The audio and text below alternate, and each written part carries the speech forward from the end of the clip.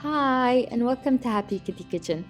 Today we're making chocolate-covered Oreo truffles, or as we like to refer to them, the magnificent, chocolatey-rich, magical bits of heaven. The detailed ingredients are at the end of the video for you to screen capture and save, and also in the description box below. You'll need Oreo biscuits with the white stuffing scraped out of them. Many people choose to keep the white stuffing, but I find that it creates a weird, overly sugary texture and takes away from the richness of the Oreo biscuits, so I scrape them off altogether. You'll need Galaxy milk chocolate bars. I couldn't find the large ones, so I opted for many of the single ones. We'll start off by crushing the Oreo biscuits into a fine powder. You can do it in the same way that I did, or put them all in a food processor, which is much faster. Crush them all and then set them aside. Then we'll melt our chocolate by using a double boiler method, also known as bain-marie. The microwave tends to burn them sometimes, and we also want to keep a consistent and controlled temperature on the chocolate even after it melts without it overheating and burning and getting clumpy or separating. We want to increase the fluidity or viscosity of the chocolate, as in make it thinner and less dense by adding in butter gradually and mixing.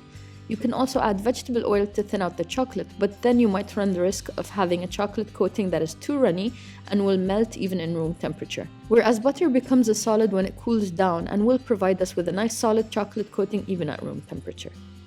Now, to create the Oreo filling, we'll gradually add in the Philadelphia cream cheese. I wouldn't recommend any other brand because it may change the taste of the filling.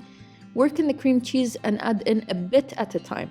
We're looking for a dough-like consistency that isn't too soft and is still quite dark and black with a nice shine like the one I have.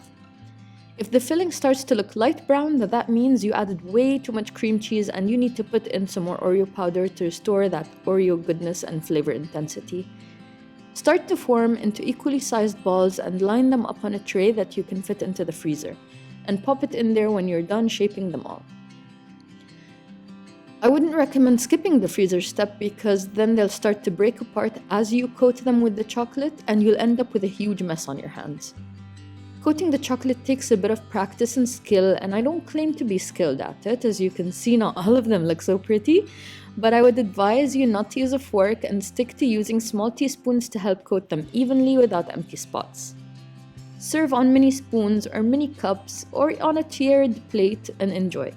They're best served chilled, so keep them in the fridge or freezer after you're done making them and present them when your guests have arrived.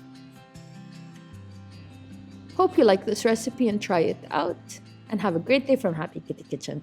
Bye!